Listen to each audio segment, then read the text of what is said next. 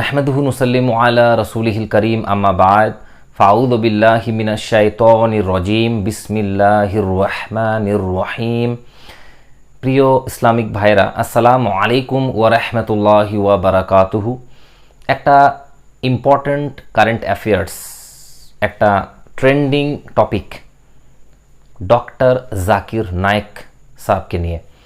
কারণ আমরা সকলেই জানি যে উনি 2016 সালে ভারত থেকে হিজরত করে এখন বিদেশে রয়েছেন মালয়েশিয়াতে, এবং রিসেন্টলি 3 তারিখে এসেছেন পাকিস্তান এস্টাবলিশ ম্যানেজমেন্ট ওনাকে ইনভাইট করেছে কিছু পাবলিক টকস, পাবলিক লেকচার যেভাবে উনি ভারতে আগে করতেন সেভাবে করানোর জন্য, এবং উনি পাকিস্তান পৌঁছে গেছেন।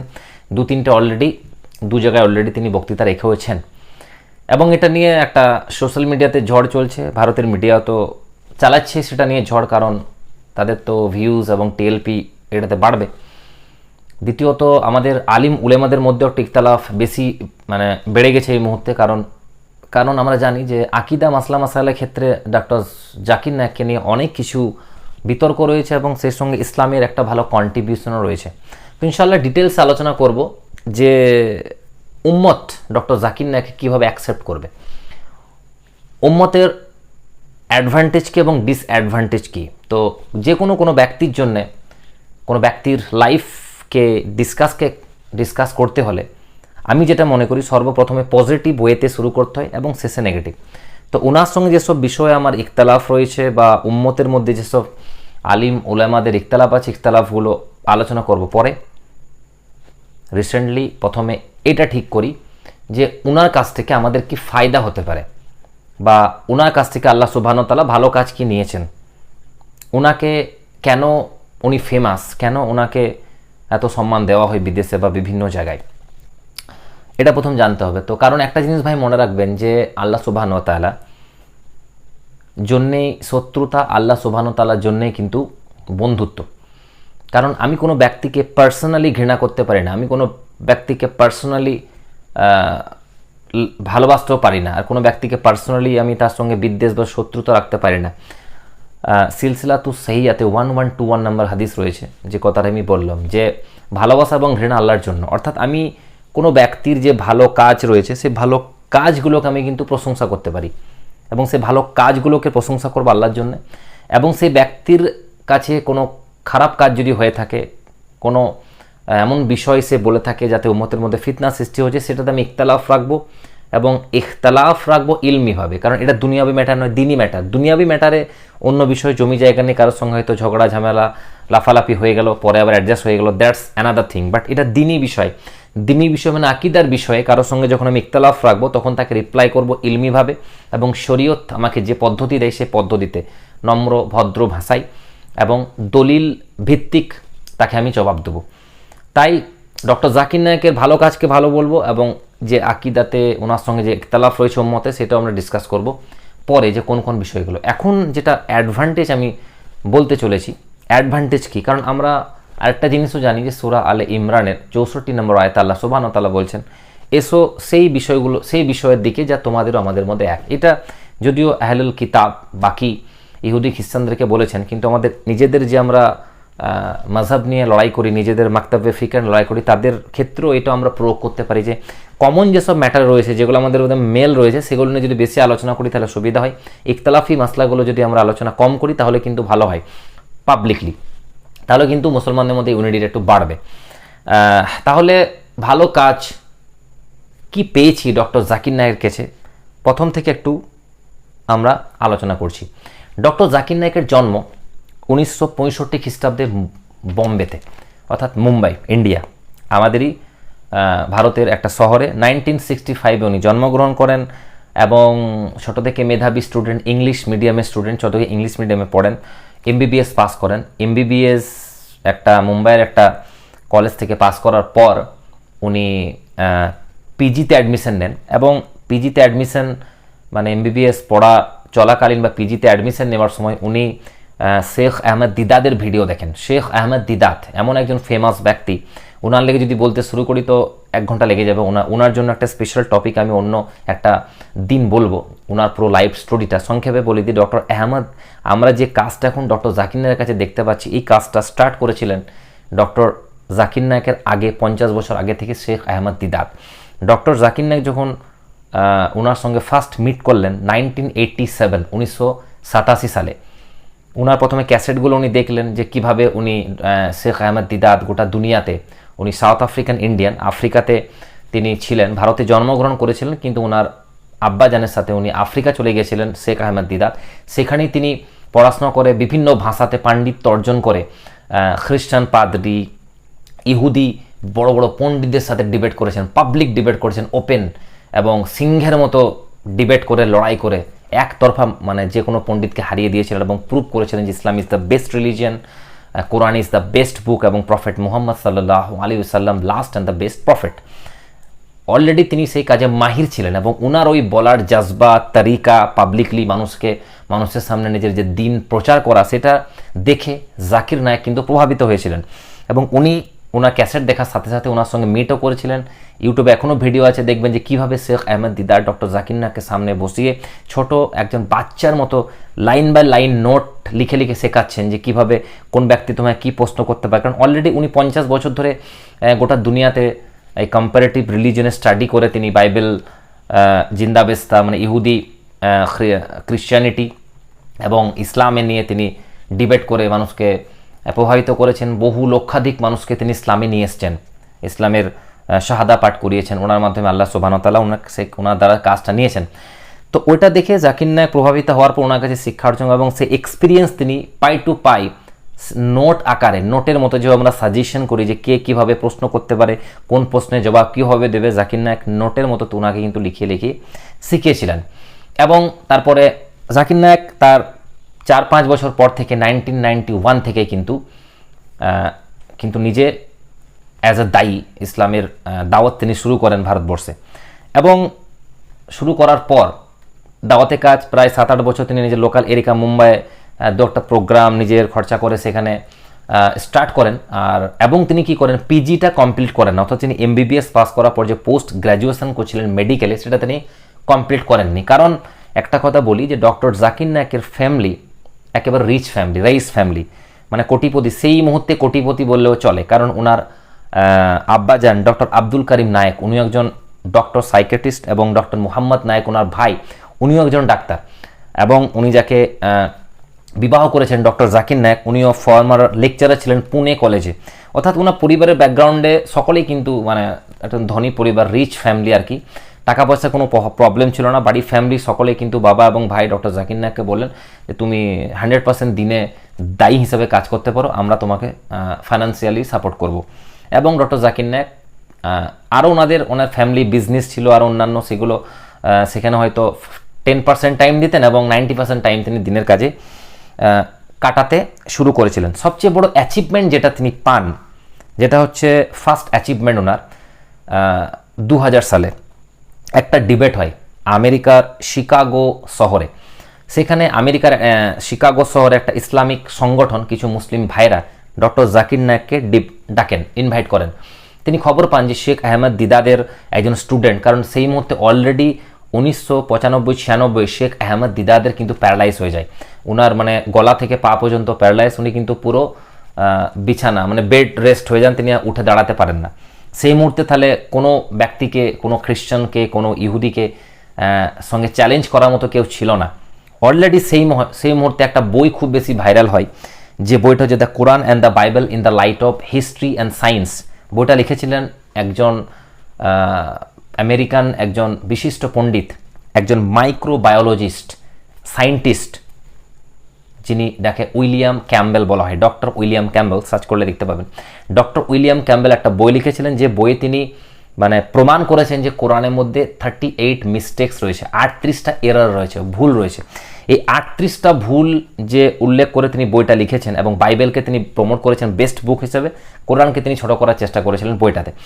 ওই বইটা 1993-94 মানে 1994-95 থেকে 2000 সাল পর্যন্ত এতটা ভাইরাল হয়েছিল যে পৃথিবীতে যে কোনো জায়গায় বইটা ফ্রিতে দেওয়া হয়েছিল। নাস্তিকদের ওটাই হাতিয়ার, মানে যারা ইসলামের শত্রু, যারা ইসলামকে ছোট করতে চাইছিল, তাদের কাছে ওই বইটাই হাতিয়ার হয়ে গেছিল, যে আমরা এমন একটা বই পেয়ে গেছি যে কোনো মুসলিমকে আমরা মাত দিয়ে দেবো, যে দেখো কোরআনে কতগুলো সায়েন্টিফিক এরার্স রয়েছে, ভুল রয়েছে, কেন এই কোরআনকে মুসলিমরা মানছে, সকলে খ্রিস্টান হয়ে যাওয়া দরকার, বাইবেলে কোনো ফল্ট নেই। যেহেতু শেখ আহমেদ দিদাত বেড রেস্ট হয়ে গেছিলেন, ওনার টিমও সেরকম কাজ করছিল না, তো মানুষ আমেরিকার যারা মুসলিম ছিল তারা ডক্টর জাকির নায়েককে কল করলেন যে স্যার আপনি তো আহমেদ দিদাদের স্টুডেন্ট এবং প্রশ্নগুলো উঠেছে সায়েন্টিফিক এরর নিয়ে কোরআনের মধ্যে, এবং আপনি তো মেডিকেল ডক্টর, তাহলে আপনি হয়তো সমস্যার সমাধানটা করতে পারবেন, ওনার সঙ্গে ডিবেট করতে পারবেন, কারণ আপনি ডিবেটের কাজ ভারতবর্ষে করছেন, আমরা খবর পেয়েছি। সেই মুহূর্তে কিন্তু ডক্টর জাকির নায়েকের নাম সেরকম ফেমাস হয়নি, তো ডক্টর জাকির নায়েক সে ডিবেটটা অ্যাকসেপ্ট করলেন যে ঠিক আছে, এবং নিজের আরও যে টিম ছিল, ডক্টর ছিল, সকলে কিন্তু মিলেমিশে ডক্টর জাকির নায়েক একটা ভ্যালুয়েট করে পরিশ্রম করে সেই যত প্রশ্নের উত্তর ছিল সেগুলোকে সলভ করলেন, এবং 2000 সালে একটা ঐতিহাসিক ডিবেট, হিস্ট্রিক্যাল ডিবেট এটা হয়ে যায় আমেরিকার শিকাগোতে, যেখানে প্রায় 4.5-5 ঘন্টা ধরে একটা ডিবেট হয়।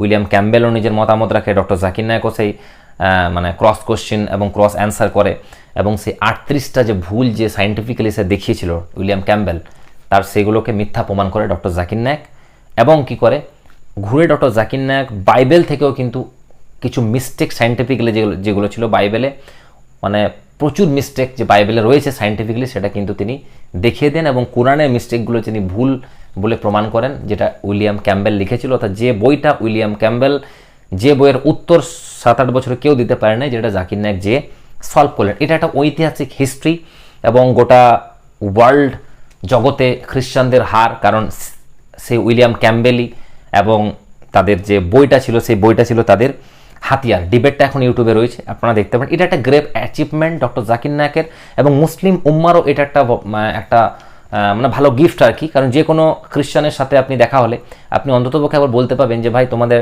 বিশাল পণ্ডিত ছিল একজন উইলিয়াম ক্যাম্বেল, বা একটা বই লিখেছিল, এবং তার ডিবেট দেখো, আমাদের ডক্টর জাকির নায়েক তাকে একতরফা হারিয়েছেন, এবং এখনও যদি কেউ আছে তাহলে ডক্টর জাকির নায়েক তাকে ডিবেট করাতে পারো বাইবেল, কোরআন, সায়েন্স ইত্যাদি এই টপিকগুলো নিয়ে, মানে কম্পারেটিভ রিলিজিয়ন, তুলনামূলক ধর্মতত্ত্বকে নিয়ে।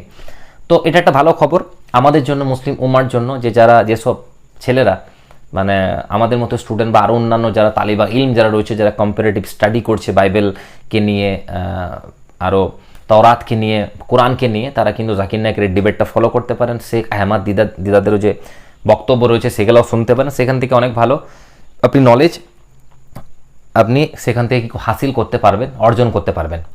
দ্বিতীয়ত হচ্ছে এরপরে সবচেয়ে বড় অ্যাচিভমেন্ট, আরেকটা অ্যাচিভমেন্ট যেটা হয়, এবং 2005 সালে কিন্তু শেখ আহমদ দিদাত কিন্তু মারা যান, তার মাঝে আমি এটা বলে দিলাম শেখ আহমদ দিদাতের লাইফ স্টোরি আলাদা তৈরি করবো।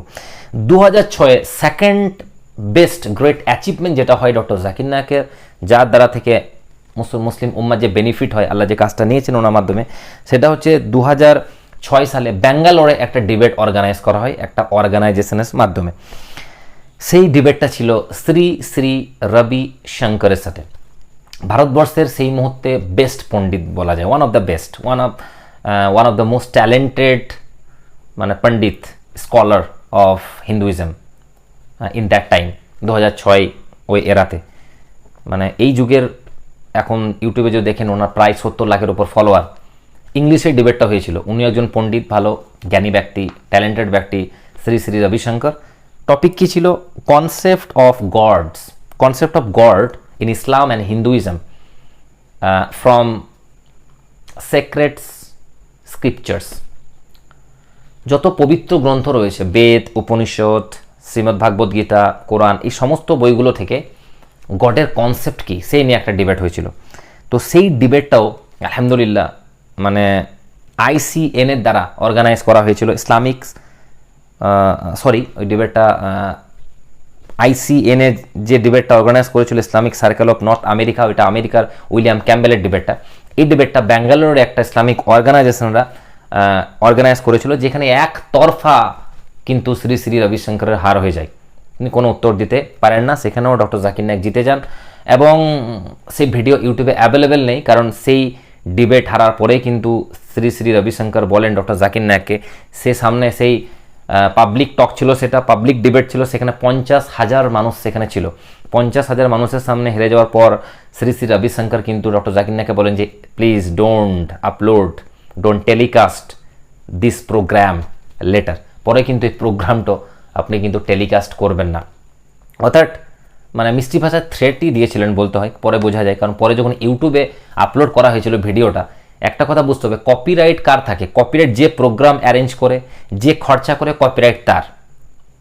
জাকির নায়েক এসছিল, জাকির নায়েক ডিবেটটা অর্গানাইজ করেছিল, খরচা করেছিল যারা অর্গানাইজার ছিল তারা। ক্যামেরা ডক্টর জাকির নায়েকের, 1 টাকা খরচা হয় না শ্রী শ্রী রবিশঙ্করের, তা সত্ত্বেও সে কপিরাইট ক্লেম করেছিল ইউটিউবে আপলোড হওয়ার পর। কিন্তু ইউটিউবের একটা পলিসি আছে, যেহেতু রবিশঙ্কর ভিডিওর মধ্যে ছিলেন সেই কারণে ইউটিউব সেই ক্লেমটাকে অ্যাকসেপ্ট করে, এবং রবিশঙ্করের পার্টটা কিন্তু ইউটিউবে দেখুন বাদ আছে। শ্রী শ্রী রবিশঙ্করের ভিডিওটা পাওয়া যায় না, ডক্টর জাকির নায়েকের যে লেকচার সেটা পাওয়া যায়। পুরো ভিডিও দেখতে গেলে ডক্টর জাকির নায়েকের যে ওয়েবসাইট আছে হিদায়া, সেখানে পাওয়া যায়, সেখানে আপলোড করা আছে, সেখানে গিয়ে আপনারা দেখতে পারেন। আমার হিন্দু ভাইরা যদি কোনো আমার ভিডিওটা দেখছেন তাদেরকে বলবো সেখানে গিয়ে এখনও ডিবেটটা দেখতে পারেন। এই একটা সেকেন্ড বড় অ্যাচিভমেন্ট হয় ডক্টর জাকির নায়েকের দ্বারা, এবং মুসলিম উম্মার এখানে একটা বেনিফিট হয়। যে কোনো হিন্দু পণ্ডিত বা যে কোনো হিন্দু ভাইকে আমি বলতে পারবো, বা আপনারা বলতে পারবেন যে ডক্টর জাকির নায়েকের সাথে এখনও আপনারা ডিবেট করতে পারেন যদি এই বিষয়ে, হিন্দুইজম এবং ইসলাম কনসেপ্ট অফ গড নিয়ে, যে এক ঈশ্বরকে মানতে হবে না অধিক ঈশ্বরকে, বা অধিক ভগবানের পূজা ইত্যাদি বিষয়গুলো নিয়ে, মানে কম্পারেটিভ স্টাডি। এবং এগুলো জানার জন্য, কাউকে ছোট করার জন্য নয়, কারণ প্রত্যেক ধর্মকে আমরা রেসপেক্ট করি। তবে ডিবেটের মাধ্যমে ভদ্রভাবে যখন ডিবেট হয়, একে অপরের মন্তব্য রাখে, ভালোবাসা বাড়বে, একে অপরের রায় পেশ করবে, মানুষ যেটাকে ভালো মনে করবে সেটা নেবে। এটা হচ্ছে এরকম ডিবেট হয় ওনাদের। এরকম ডিবেট নয় যে চিল্লাচিল্লি হয়, ঝগড়াঝগড়ি। 1 ঘন্টা একজন বলেন, আর বিপক্ষ যে থাকেন তিনি তারপর 1 ঘন্টা বলেন, তারপরে আবার টাইম পাই ক্রস কোশ্চেন দেওয়ার জন্য, এই হিসেবে ডিবেট হয়। তো এই দুটো বড় অ্যাচিভমেন্ট ডক্টর জাকির নায়েকের দ্বারা হয়ে থাকে। অর্থাৎ দুটো বড় উদাহরণ, যে একজন খ্রিশ্চান উইলিয়াম ক্যাম্বেলকে হারানো এবং শ্রী শ্রী রবিশঙ্করকে হারানো। এবং এর ফলে এইখান থেকে অনেক কিছু শিখতে পাবেন। কোনো স্টুডেন্ট যদি বলে যে আমি বেদ, গীতা এবং কোরআন নিয়ে স্টাডি করবো, তাহলে আপনি ডক্টর জাকির নায়েকের যে concept of god in major religions যে বই রয়েছে, আরও অন্যান্য বই রয়েছে, সেগুলোতে আপনি সেই বিষয়গুলো পড়ে দেখতে পারেন। কারণ হচ্ছে শ্রীমদ্ ভাগবত গীতা বা অন্যান্য বিষয়গুলো সমস্ত যদি আমরা আবার প্রথম থেকে রিসার্চ শুরু করি, তাহলে কিন্তু টাইম নষ্ট হবে। অলরেডি রিসার্চে কাজে লাগাতে হবে। ঠিক যেভাবে খ্রিস্টানদের সাথে এবং ইহুদিদের সঙ্গে ডিবেট করার জন্য ডক্টর জাকির নায়েককে বেশি পরিশ্রম করতে হয়নি, কারণ উনি শেখ আহমদ দিদাদের খুবও কপি করেছিলেন। উনি ওনার কাছ থেকে যে নোট পেয়েছেন, পরে সায়েন্টিফিক্যালি জিনিসগুলো, ম্যাটারগুলো উনি ভ্যালুয়েট করেছেন। তবে ধার্মিক বিষয়গুলো, মানে বাইবেল, তারপরে যিশু খ্রিস্টের ক্রসের মামলাটা, বা যত ডিবেট, যে কোনো প্রশ্নোত্তর যেগুলো পাবলিক হয়ে থাকে, সেগুলা কোনো খাটার প্রয়োজন হয়নি। কারণ ইউটিউবে দেখলে বুঝতে পারবেন যে এমনকি ডক্টর জাকির নায়েক শেখ আহমদ দিদারের যে ইংলিশ লেকচার, সেটা হুবহু কিন্তু কপি করছেন, হুবহু। মানে শেখ আহমদ দিদার যেভাবে বলছেন, ডক্টর জাকির নায়েকও সেভাবে বলছেন, অর্থাৎ হুবহু তিনি একজন মুখস্থ করেছেন। কারণ উনি 40 বছরে পরিশ্রম করে যে একটা মানে মেহনত যে তুলে দিয়েছেন ডক্টর জাকির নায়েক, সেটা পরে কাজে লাগিয়েছেন। এবং তারপরে কি হয়, সবচেয়ে বেশি এই দুটো ডিবেটে পপুলারিটি আসে। এই পপুলারিটি আরও বাড়ে। ডক্টর জাকির নায়েক দেখলেন যে এই আমাদের যে ভিডিওগুলো শ্যুট করছি, আমরা কাজ করছি, এইগুলোকে তো বেশি মানুষের কাছে যাচ্ছে না, তাহলে কি করা যায় যে একটু খরচা করে যদি আমরা একটা টেলিকাস্ট করি, মানে স্যাটেলাইটের মাধ্যমে যদি টিভি চ্যানেল বাড়িতে বাড়িতে পৌঁছিয়ে দিই, তাহলে কিন্তু গোটা পৃথিবীতে মানুষ আমাদের এই ডিবেটগুলো, আমাদের এই কম্পারেটিভ রিলিজিয়নের রিসার্চ স্টাডিকে মানুষ দেখতে পাবে। তাহলে কিন্তু মানে ইসলামের মেসেজ আরও যাবে, ইসলামের দাওয়াত আরও এগিয়ে যাবে। তাই তিনি কি করেন, পিস টিভি ইংলিশ তিনি সর্বপ্রথমে চালু করেন 2006 সালে। প্রায় টোটাল ওভার ভিউ 10 কোটি থাকে, মানে ভিউয়ারশিপ পিস টিভির ইংলিশের। পিস টিভি উর্দু 2009-এ আবার তিনি শুরু করেন, পিস টিভি বাংলা শুরু করেন 2011-তে, তারপরে পিস টিভি চাইনিজ 2015-তে।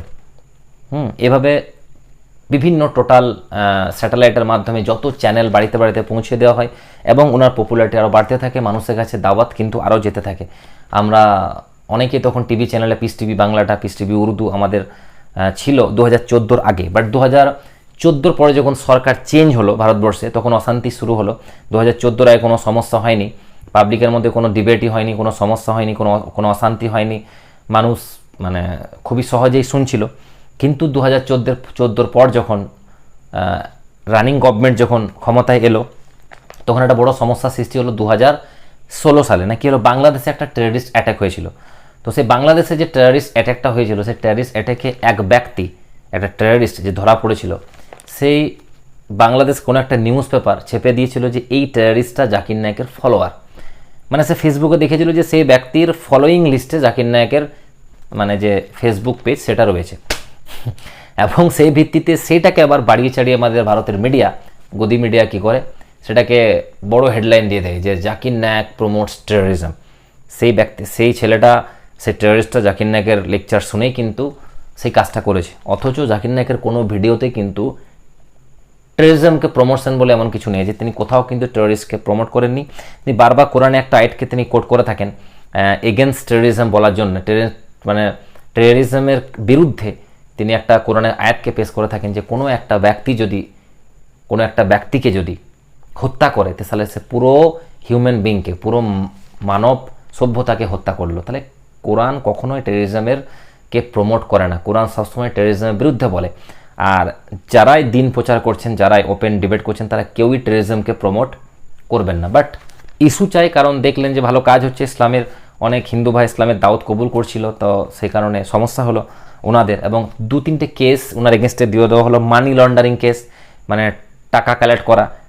একটা ব্যক্তি যে দিন প্রচার করছে সে আবার টাকা কোথা থেকে তুলবে? ও তো নিজে খরচা, নিজের টিম বা নিজের যে অর্গানাইজেশন ছিল বা নিজের যারা এনজিও ছিল তারা নিজেই স্টেজ প্রোগ্রাম করতো। এখানে তো এটা তো কোনো কোম্পানি নয় যে 5,000 টাকা দাও 2 বছর পর ডবল হবে। মানি লন্ডারিংয়ে কোনো বিষয়ই ছিল না, যেগুলো ফলস পরে প্রমাণ হয়। স্প্রেড হেট, তিনি নাকি ঘৃণা বিদ্বেষ ছড়িয়েছিলেন হিন্দু আর মুসলমানের মধ্যে, এমন কোনো বিষয়ও ছিল না। প্রমোট টেরোরিজম তো ছিলই না। এমনকি এই কেসগুলো দেওয়া হয়েছিল এবং ওনার সম্পত্তি আর অন্যান্য ক্যামেরাও সিজ করে নেওয়া হয়েছিল, এবং ওনার বাড়ির যে ভাই আর অন্যান্য যে টিম আছে তারা কেস লড়ছিলেন, এবং এমন কিছু প্রমাণ হয়নি, কোনো কিছু প্রমাণ হয়নি। উনি আইটি ফাইল, সমস্ত নিজের ইনকাম সব কিছু দেখিয়েছিলেন। এবং 2016 সালে যে মুহূর্তে এই ভারতবর্ষে বাওয়াল চলছিল মিডিয়ার মধ্যে, তিনি বুঝতে পারলেন যে আমার ভারতে নাও যাওয়ার প্রয়োজন, কারণ ভারতে যদি আমাকে একবার আটকে নেয় তাহলে আমার দাওয়াতের কাজ বন্ধ হয়ে যাবে। সে কারণে কিন্তু তিনি বাইরে ছিলেন এবং সে বাইরে থেকে গেছেন, তখন থেকে আর আসেননি। এটা হচ্ছে মূল বিষয়। এবং তারপরে অশান্তি শুরু হয়। আর এই মোদি গভর্নমেন্টের জন্য একটা বড় বেনিফিট ডক্টর জাকির নায়েকের হয়ে যায়। এটা জাকির নায়েক নিজেও স্বীকার করেছেন বিভিন্ন ভিডিওতে, যে ডক্টর জাকির নায়েককে যদিও ওয়ার্ল্ডের তখন হয়তো 30% মানুষ চিনত, কিন্তু এই যে হেডলাইন যে গদি মিডিয়া শুরু করে দিল প্রত্যেকটা হ্যান্ডলে, যে number 1 terrorist doctor Zakir Naik, doctor Zakir Naik promotes terrorism, তাকে ধরে আনো, তাকে ব্যান করো, পিস টিভি ব্যান করা হলো বাংলাদেশে, ভারতবর্ষে বিভিন্ন জায়গায় নিয়ে ওনার নাম, ওনার চর্চাটা গোটা ওয়ার্ল্ডে আরও মানুষ জেনে নিল। ভারতবর্ষে যেখানে 50% হিন্দু ভাইরা ওনাকে চিনত একটা প্রোগ্রামের মাধ্যমে, সেখানে গোটা ভারতবর্ষ চিনলো, গোটা বিদেশে চিনলো, পপুলারিটা আরও বেড়ে গেল। এবং বিদেশ থেকে তখন বিভিন্ন ইসলামিক যে টোটাল যে ইসলামিক আমাদের কান্ট্রিগুলো আছে গোটা ওয়ার্ল্ডে 50-55টা 15টা ইসলামিক কান্ট্রি ওনাকে রেসিডেন্টশিপ অফার করেছিলেন যে আপনি আমাদের দেশে থাকুন। এবং উনি অবশেষে মালয়েশিয়াকে বেছে নিন এবং তখন থেকে মালয়েশিয়াতে আছেন। রিসেন্টলি তিনি কি করেন, প্রথমবার পাকিস্তানে লেকচার দেওয়ার জন্য আসেন। কারণ পাকিস্তান আগে 1991-এ তিনি এসেছিলেন ঠিকই, কিন্তু লেকচারার নয়, কোনো একটা কাজে গিয়েছিলেন, মেবি ডক্টর ইসরাত আহমদের সাথে দেখা করতে গিয়েছিলেন। তারপর থেকে উনি পাকিস্তানে আসেননি, প্রথমবার পাকিস্তানের এস্টাবলিশমেন্ট ম্যানেজমেন্ট ওনাকে ডেকেছেন। এবং সেখানে ইখতলাফি মাসলাগুলোতে কোনো লেকচার হচ্ছে না, কারণ আমি দেখলাম প্রথম দিন প্রোগ্রাম যে শুরু হয়েছিল সেখানে শিয়া সুন্নি বিভিন্ন মাকতাবে ফিকারের আলিমরা একসাথে বসেছিলেন, সবাই ওনাকে ওয়েলকাম করলেন। ভালো জিনিস, এটা দরকার, কারণ এখন যে আমাদের মুসলমানদের অবস্থা, আমরা যদি একসাথে মিলেমিশে না থাকি তাহলে সমস্যা আছে। আকীদার পার্থক্য থাকবে, ইখতলাফ থাকবে, মাসলা মাসাইলে, সেগুলো ডিসকাস বেশি না করাই দরকার। যে পাবলিক কোয়েশ্চেন অ্যান্সার সেশন যে পাকিস্তানে চলছে, সেখানেও কিন্তু কেউ কোনো আকীদা নিয়ে প্রশ্ন করছে না, আকীদা দিয়ে প্রশ্ন করতে দেওয়াও হচ্ছে না। ইসলামের মূল বিষয় ইমান, ইসলাম এবং Islam versus Islam and similarities between Islam and Hinduism, similarities between Islam and Christianity, যে বিষয়ে উনি বিখ্যাত, যে বিষয়ে উনি পাণ্ডিত্য অর্জন করেছেন, সে বিষয় নিয়েই আলোচনা চলছে, সে বিষয় নিয়েই কোশ্চিন অ্যান্সার সেশন চলছে। ওনার সঙ্গে ওনার ছেলে শেখ ফারিক নায়েক সাহেব আসছেন, উনিও এক একটা টপিকে লেকচার দিচ্ছেন ওনার আগে, ডক্টর জাকির নায়েকের আগে। ভালো জিনিসটা চলছে, প্রবলেম কিছু নেই। আর একটা জিনিস মনে রাখবেন ভাই, যে ফিলিস্তিনে যে আমাদের ভাইগুলোকে, যে আমাদের মুজাহিদগুলোকে মারছে ইসরায়েল, কি বলে মারছে, ফিলিস্তিনি যেসব মুজাহিদগুলো মারা যাচ্ছে তাদের মধ্যে কেউ শাফি ইমামকে ফলো করে, কেউ হাম্বলি আছে, কেউ হয়তো আহলে হাদিস আছে, কেউ হানফি আছে। তো ইসরায়েল যে মারছে সে কি বেছে বেছে মারছে যে হানফিগুলোকে মারছে বা হানফিগুলোকে ছেড়ে দে, শাফিগুলোকে মার, শাফিগুলোকে ছেড়ে দে, হাম্বলিগুলোকে মার? ভাই তারা মুসলমান বলে মারছে, মুসলিম বেটা মার, বোম মারো, মুসলিমরা মরুক। শিয়া কান্ট্রি ইরান ইসরায়েলকে বোমবারি করেছে, ইরান লড়ছে ফিলিস্তিনের পক্ষে, তো তারা তো তাকে শিয়া বলে ছেড়ে দিচ্ছে না, আর আমরা শিয়া বলে ফাতোয়া দিচ্ছি শিয়া শিয়া এই, আর সেই শিয়াই কান্ট্রিটাই কিন্তু লড়াই করছে সেই মুজাহিদগুলোর সাথে। তার মানে একটা জিনিস বুঝতে হবে ভাই, যে আমাদেরকে যখন কেউ মারছে তখন দেখছে না যে আমরা কোন মাকতাবে ফিকারকে ফলো করছি, আমরা দেওবন্দি, আহলে হাদিস, বেরেলভি না কি বটি, আমাদেরকে মুসলিম বলে মারছে। বাবরি মসজিদ যে ভাঙা হলো, বাবরি মসজিদের বাইরে লেখা ছিল নাকি যে এখানে বেরেলভি মসজিদ, দেওবন্দি মসজিদ, বা তারা কি সেই কারণে মসজিদটা ভেঙেছে? মুসলমানের মসজিদ ভেঙে দেয়, এখনও বিভিন্ন জায়গায় মসজিদে আক্রমণ করা হচ্ছে, আর মুসলমানের মসজিদ বলে আক্রমণ করছে। মুসলমানের অবস্থা গোটা দুনিয়াতে এতটাই খারাপ, আমরা এতটাই পিছিয়ে, কারণ আমরা নিজেরা একতার মধ্যে নাই। যে বিষয়গুলো নিয়ে আমাদের ঝগড়া করা প্রয়োজন নয়, আমরা সেই বিষয়গুলো নিয়ে ঝগড়া করছি। নামাজে হাত বাঁধা নিয়ে, জোরে আমিন বলা নিয়ে, ইমাম নিয়ে, মাসলা মাসাইল নিয়ে, মানে মাজার যাওয়া না যাওয়া নিয়ে, মুস্তাহাব বিষয়গুলো নিয়ে, বুস্তাহাব যেগুলো নিয়ে ডিবেট করা আমাদের প্রয়োজনই নাই। খুবই দুঃখের বিষয়। ভালোকে ভালো বলতে শিখুন, খারাপকে খারাপ বলতে শিখুন। একটা কথা মনে রাখবেন যে কাজ আল্লাহ যে কোনো ব্যক্তির কাছে নিতে পারেন। মুসলিম কোনো ব্যক্তি যদি থাকে তো তাকে সাপোর্ট করুন, তার ভালো কাজগুলোকে সমর্থন করুন। তার সঙ্গে যেগুলো ইখতিলাফ আছে সেই ইখতিলাফগুলোকে স্কিপ করে দিন, সেগুলো নিয়ে আলোচনা করার প্রয়োজন নেই। তার সঙ্গে আপনি ইখতিলাফ রাখুন, তার সঙ্গে যে বিষয় আপনার ইখতিলাফ রয়েছে সেই ইখতিলাফটা নিয়ে আপনি অন্যান্য যারা ছেলে রয়েছে তাদেরকে বুঝিয়ে দিন, যুব সমাজকে বুঝিয়ে দিন যে তার এই বিষয়গুলো ফলো করো না। আমরা এখনকার যুগে কাউকে এটা বলতে পারি না যে ভাই তোর ভিডিও দেখিস না, তোর ভিডিও দেখিস না, ওই মৌলবীর ভিডিও দেখিস না, এই মৌলবীর ভিডিও দেখ, এভাবে বলা যাবে না। আমাদেরকে শিক্ষা শিখিয়ে দিতে হবে যে কোন মৌলবীর কোনটা কাজ শুনবি, কোন মৌলবীর কোন আকিদাটা সঠিক, আকিদা সম্পর্কে জ্ঞান দিয়ে দিন, সে নিজেই বুঝতে পেরে যাবে যে কে ঠিক বলছে কে ভুল বলছে। কারণ এখন ইউটিউবের জামানা, সোশ্যাল মিডিয়ার জামানা, এখন কিন্তু কি আসছে সবচেয়ে বড় বিষয় যে সোশ্যাল মিডিয়া খুললে কিন্তু যে ভাইরাল বক্তা তার ভিডিও চলে আসবে।